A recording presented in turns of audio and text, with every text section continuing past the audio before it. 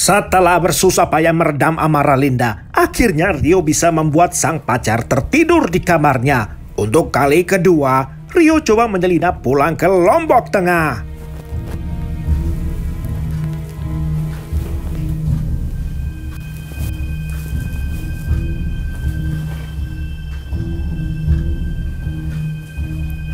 Namun usahanya sia-sia, kembali digagalkan oleh Linda.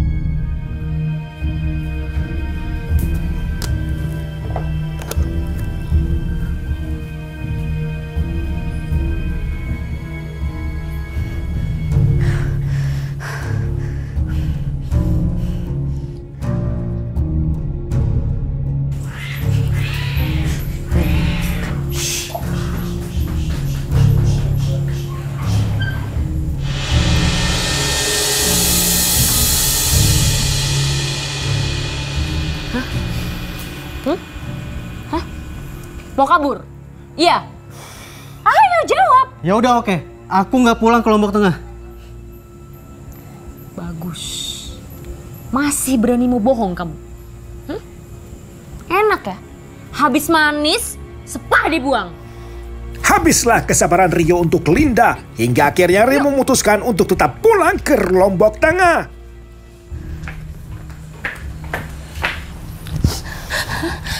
Kamu pikir aku ini perempuan murahan, iya? Hah? Mana kata kamu kalau kamu bakal tanggung jawab? Hah? Mana? Mana buktinya sampai detik ini nggak ada rasa kamu tanggung jawab sama aku? Nah, terserah lah. Pokoknya aku sekarang mau pulang. Aku cuma pergi 2 hari.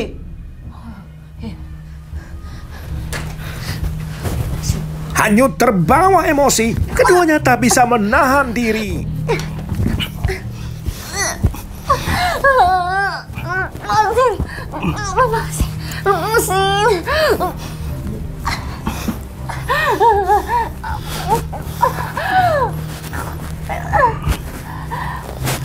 Rio gelap mata, Linda sang belahan jiwa mati di tangannya.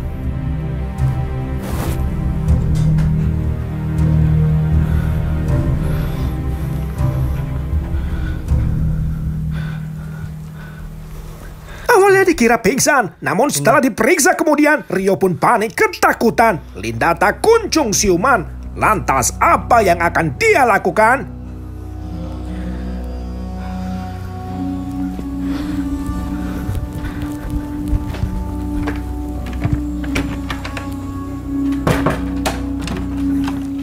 Laknat akalnya, Rio mencoba untuk merekayasa seolah-olah Linda bunuh diri untuk menutupi perbuatannya. Rio mengerahkan segala daya upaya.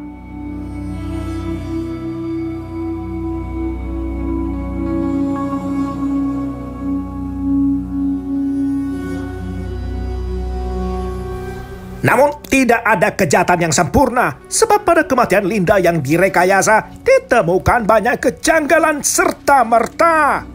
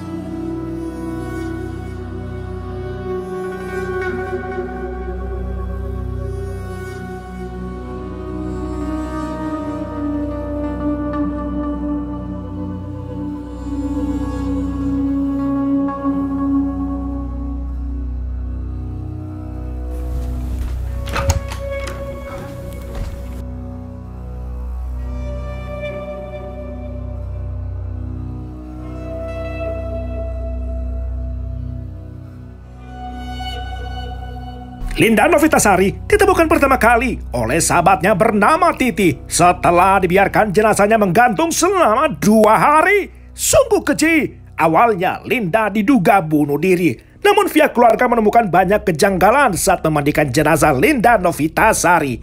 Tak heran bila pihak keluarga curiga, lantas mendesak polisi melakukan proses otopsi selanjutnya. Bahkan rela bila polisi harus membongkar kembali kuburan Linda.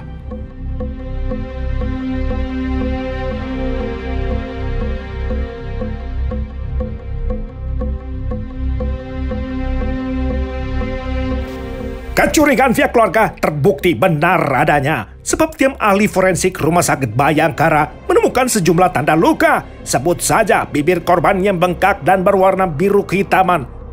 Pada leher juga ditemukan jejak luka lecet tekan bekas alur jeratan. Sementara hasil pemeriksaan dalam ditemukan pada tulang pangkal lidah korban, sehingga penyebab kematiannya disimpulkan akibat tekanan yang kuat pada leher sehingga menyumbat saluran pernapasan, sehingga menyebabkan Linda si korban mati lemas kemudian. Mohon izin Bapak Kabid Humas dan Bapak Kapolresta, jadi menjelaskan terkait darah yang ditemukan di alat kelamin korban.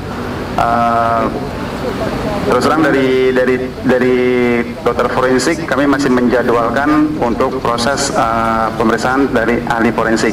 Memang pada saat di TKP dan juga pada saat dilakukan otopsi dari uterus yang diujikan di lab, memang dari hasil visum menyampaikan berat dari uterus ataupun rahim tersebut lebih berat daripada berat normal. Jadi dokter melalui hasil visum otopsi menyampaikan patut diduga korban sedang hamil.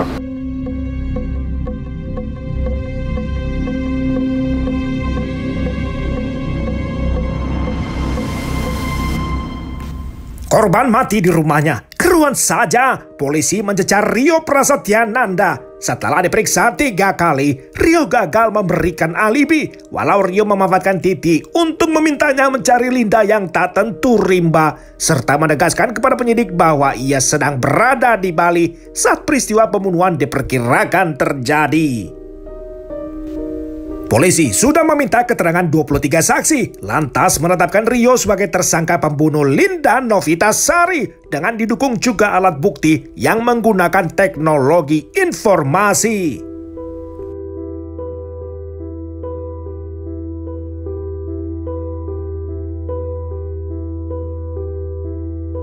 Itu kan cukup berat jenazah ya, mayat yang udah orang yang sudah tidak bernyawa itu lebih berat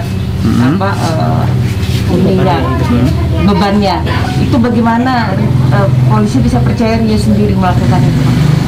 Kalau kami penyidik menyesuaikan dengan fakta-fakta yang ada, ya. Kita tidak berani untuk menduga-duga, semua sesuai dengan fakta yang ada. Kalaupun nanti ada petunjuk lain yang mungkin bisa dijadikan sebagai acuan, bisa kami lakukan. Tapi sementara tidak ada.